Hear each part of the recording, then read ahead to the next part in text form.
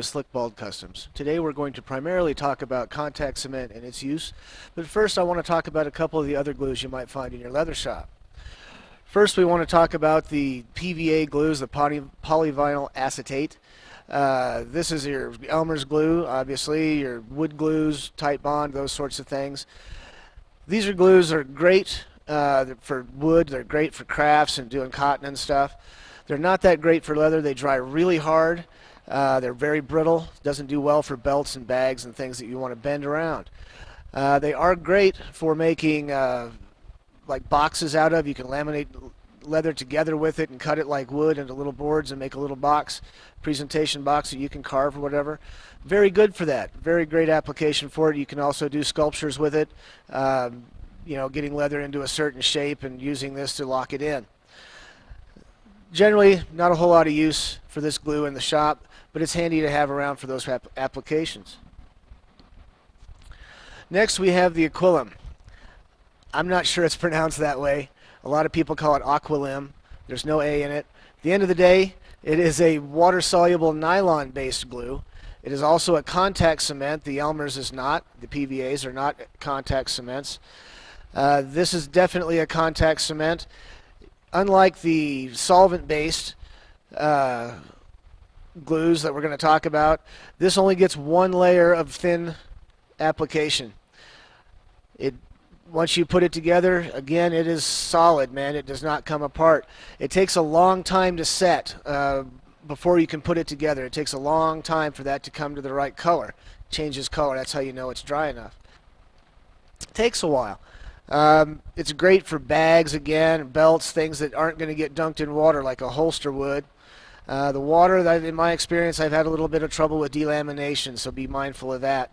The nice thing about this is it's not a solvent-based glue. You don't have to worry about wearing a respirator or having a fan blowing on you. We're going to talk about that in a second. It's not going to hurt you. I'm pretty sure it's edible. Don't tell the Navy. Just saying. No offense, guys. At the end of the day, it's a good glue for what it's intended for, all right? You can get it at most major leather supply shops. I pick on the Navy. They always say we eat crayons, us Marines. Ha! Who's making the video now? All right. Let's talk about our contact cement. That's the reason we got here today, okay? This is a dissolved rubber. Literally, a dissolved rubber. The challenge with that makes a great glue. Makes a great contact cement. The challenge is the chemicals they have to use to dissolve it and keep it liquid like that. All right?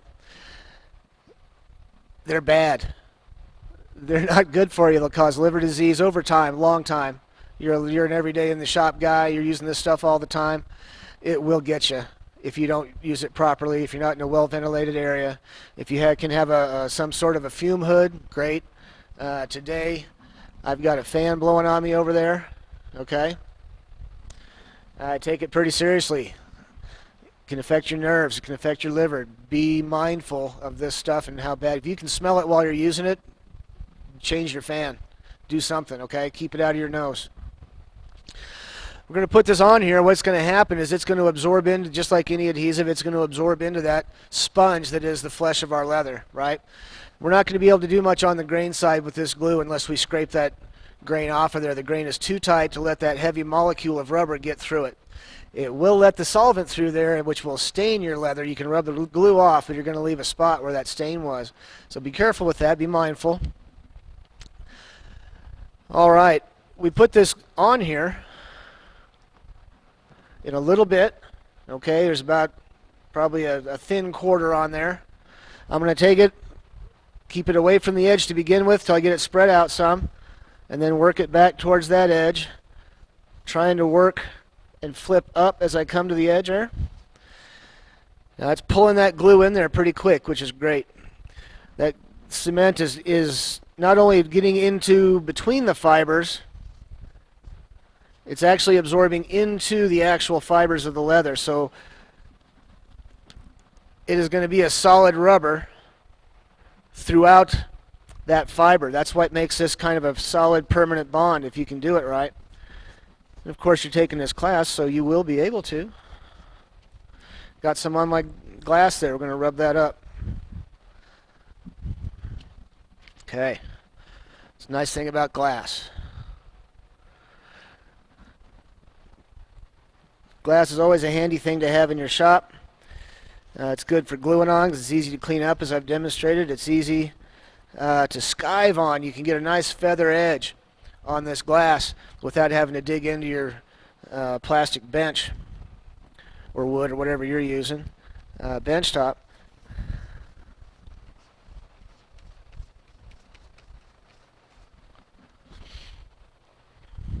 And don't go to a glass shop for this.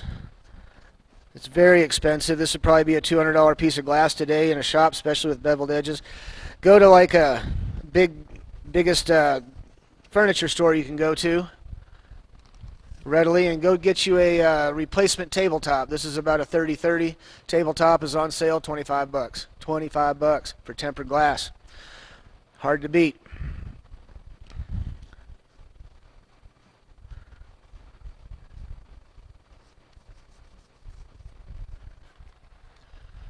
All right, welcome back.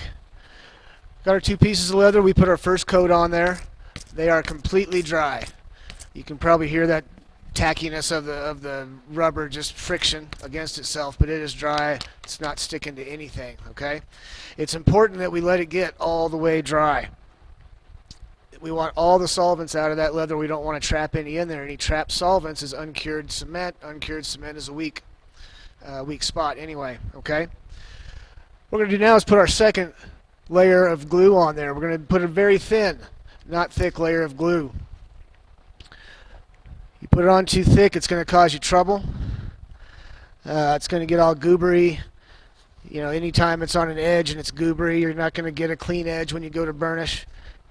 It just won't. Won't want to take paint. It won't want to take finishes. Glue will resist everything. So we're going on real thin. I'm not just pouring it on and squishing it around. Being purposeful in its application. Working quickly but not rushing myself. While we're going through this, let's talk a little bit about the applicator I'm using here. This is a Coke bottle.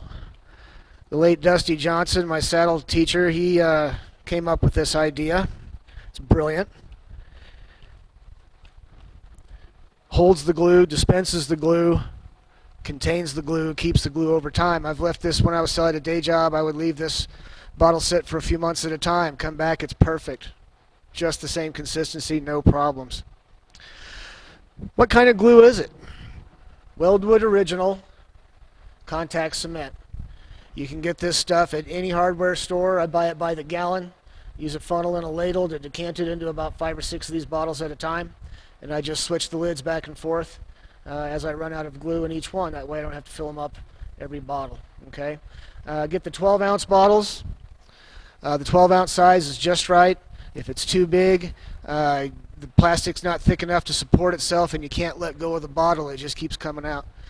Don't ask me how I know that, but I bet I learned it the hard way. 12-ounce bottle.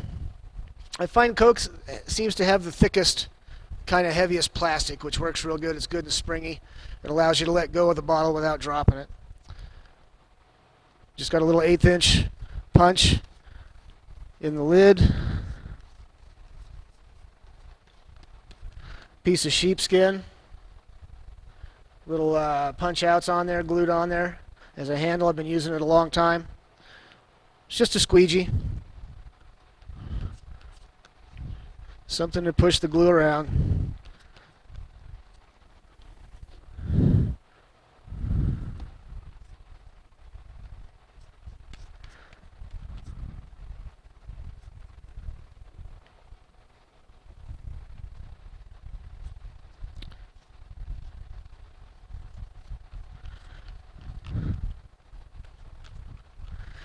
Talk about cement a little bit. This cement, you can tell, is very snotty.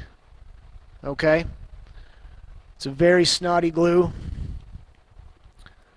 That makes it good glue. If it isn't snotty, put it back.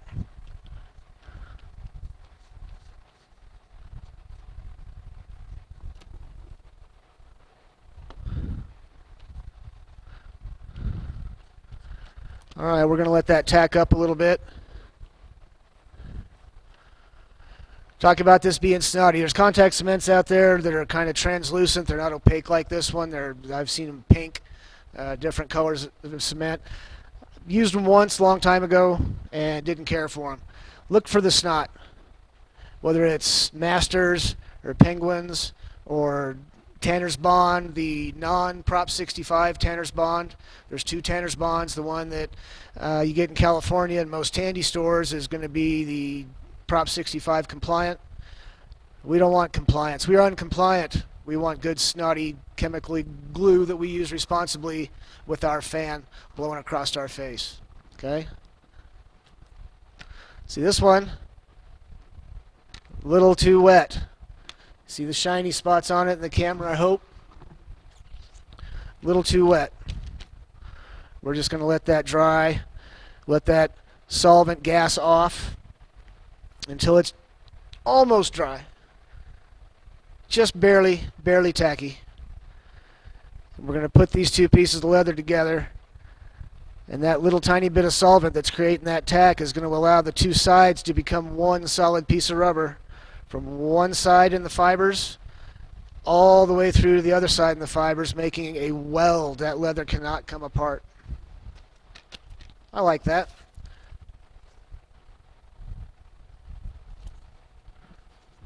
Lay that on there. Notice my liner is a little bit bigger than my shell. Makes it easier to line up, right? So we're going to apply pressure. Every rubber-based adhesive is pressure sensitive and requires it, whether it's packing tape or contact cement. Rubber-based adhesives are pressure sensitive. Most contact cements are. All right. That is a permanent weld. There's no need for stitching along the top of the holster or the bottom, only where it folds over and comes together, right? That is a permanent bond.